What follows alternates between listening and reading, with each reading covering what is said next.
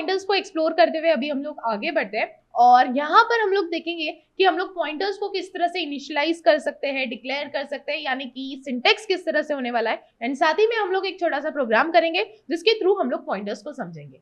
तो चलिए स्टार्ट करते हैं। तो जैसा कि आप लोग यहाँ पर स्क्रीन पे देख रहे हैं, हम लोग ज्ञानीपंडित.cpp नाम की फाइल में, और मैंने यहाँ पर C++ की बॉयलर प्लेट लाके रखी है, ठीक है। तो अभी आप लोगों को ये तो पता है कि पॉइंटर्स क्या है, कि pointers are the variables that stores the memory address of another variable, right. तो अभी हम लोग यहाँ पर क्या करते हैं, सबसे पहले एक वेरिएबल बना लेते हैं। अभी मैं यहाँ पर क्या करती हूँ, मैं यहाँ पर एक इंटीजर टाइप का वेरिएबल बनाती हूँ num, और मैं इसमें एक वैल्यू स्टोर कर देती हूँ 10, ठीक है।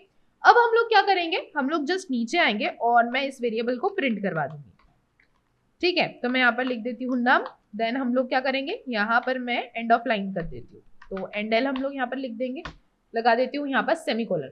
अभी यहाँ पर क्या होने वाला है, हम लोगों ने जो वैल्यू वेरिएबल में स्टोर की है वो यहाँ पर प्रिंट होगी, राइट, क्योंकि हम लोग यहाँ पर num को प्रिंट कर रहे हैं। तो अभी हम लोग इसे रन कर लेंगे। रन करने के लिए मैं यहाँ पर लिख देती हूँ G++ ज्ञानीपंडित.cpp।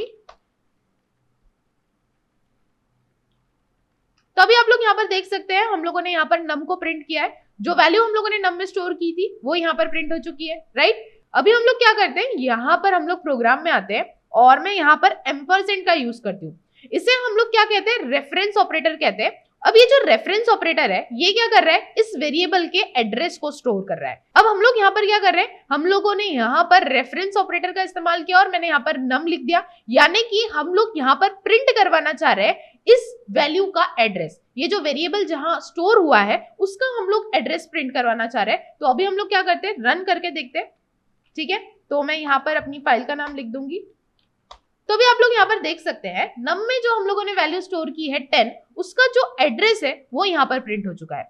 अभी हम लोगों ने यहाँ पर पॉइंटर का कहीं पे भी इस्तेमाल नहीं किया है। अब हम लोग यहाँ पर देखेंगे कि पॉइंटर क्या रोल प्ले कर रहा है, ठीक है। तो अभी जस्ट हम लोग यहाँ पर नीचे आएंगे, मैं यहाँ पर इंटीजर टाइप का पॉइंटर क्रिएट करूंगी। हम लोग यहाँ पर पॉइंटर को बनाएंगे। तो अभी हम लोग यहाँ पर क्या करते हैं, एस्टेरिस्क का यूज करते हैं और फिर मैं यहाँ पर वेरिएबल का नाम लिख दूंगी। मान लीजिए मैंने यहाँ पर ptr लिखा, आप लोग आपके अकॉर्डिंग लिख सकते हैं। तो अभी हम लोगों ने यहाँ पर क्या किया, पॉइंटर को बना दिया। तो ये जो एस्टेरिस्क का सिंबल है इसे हम लोग यहाँ पर कहते हैं डी रेफरेंस ऑपरेटर, ठीक है।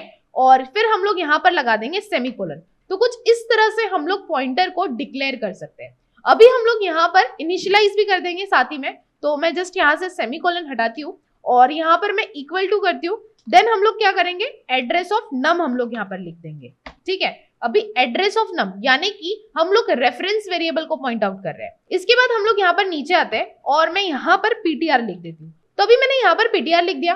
अब यहाँ पर क्या होगा, यहाँ पर इस नंबर का, इस num का एड्रेस प्रिंट होगा जहां पर जाकर ये वैल्यू स्टोर हुई है। तो अभी हम लोग इसे रन करके देख लेते हैं। तो रन करने के लिए हम लोग यहाँ पर आ जाएंगे और हम लोग अपनी फाइल का नाम लिख देंगे। तो आप लोग यहाँ पर देख सकते हैं, जहां पर ये num नाम का वेरिएबल जाकर स्टोर हुआ है उसकी जो लोकेशन है, उसका जो एड्रेस है वो यहाँ पर प्रिंट हुआ है।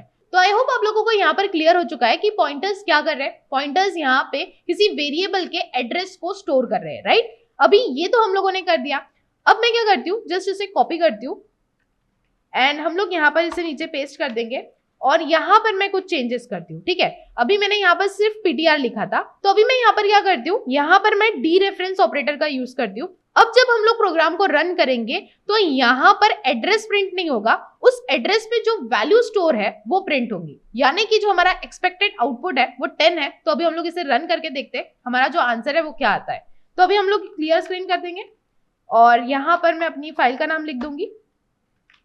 तो अभी आप लोग यहाँ पर देख सकते हैं, जब हम लोगों ने यहाँ पर डी रेफरेंस ऑपरेटर का यूज किया तब यहाँ पर क्या हुआ, यहाँ पर जो लोकेशन पे वैल्यू स्टोर थी वो प्रिंट हुई। जब हम लोगों ने ptr को सिर्फ प्रिंट करवाया तो क्या हुआ, जिस लोकेशन पे वैल्यू स्टोर हुई थी उसका एड्रेस यहाँ पर प्रिंट हुआ है, राइट। आप लोग देख सकते हैं। तो आई होप आप लोगों को यहाँ पर हम लोग किस तरह से पॉइंटर को इनिशियलाइज कर सकते हैं, डिक्लेयर कर सकते हैं, ये आप लोगों को क्लियर हो चुका है। एंड हम लोगों ने यहाँ पर एक छोटा सा एग्जाम्पल भी देखा है। आई होप ये आप लोगों को समझ में आया है एंड आप लोग इससे रिलेटेड क्वेश्चंस को सॉल्व करेंगे और इस कंसेप्ट से फैमिलियर हो जाएंगे।